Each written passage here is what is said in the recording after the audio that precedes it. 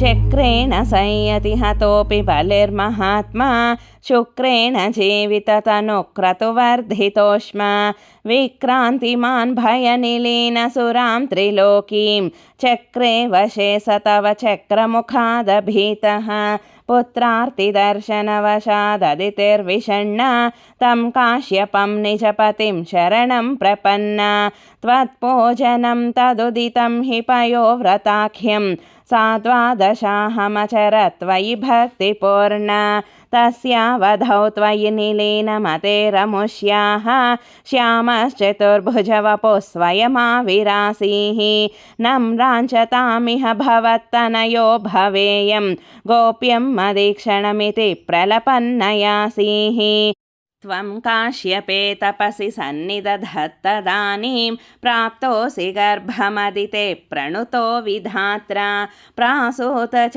प्रकटवैष्णवदिव्यरूपं सा द्वादशे श्रवणपुण्यदिने भवन्तं पुण्याश्रमं तमभिवर्षति पुष्पवर्षैः हर्षाकुले सुरकुले कृततूर्यघोषे बद्ध्वाञ्जलिं जय जयेति नुत पितृभ्यां त्वं तत्क्षणे पटुतमं वटुरूपमाधाः तावत् प्रजापतिमुखैरुपनीयमौञ्जीदण्डाजिनाक्षवलयादिभिरर्च्यमानः देदीप्यमानवपुरीशकृताग्निकार्यः त्वं प्रास्थिता बलिगृहं प्रकृताश्वमेधं गात्रेण भाविमहिमोचितगौरवं प्राग् व्यावृण्वतेव धरणीं चलयन्नयासीः क्षत्रं परोष्मतिरणार्थमिवादधानो दण्डं च दानवजनेष्विव सन्निधातुं तां नर्मदोत्तरतटे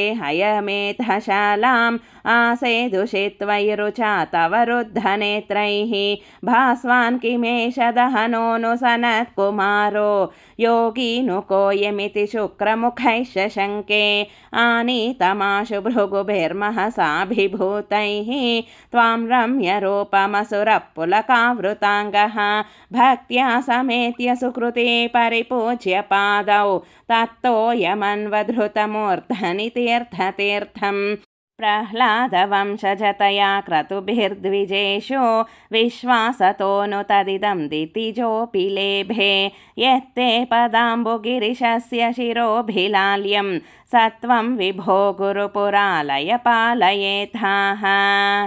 श्रीकृष्णाय परब्रह्मणे नमः। नारायण अखिलगुरो भगवन्नमस्ते। सर्वं श्रीकृष्णार्पणमस्तु। सर्वे जना सुखिनो भवन्तु। लोका समस्ता सुखिनो भवन्तु।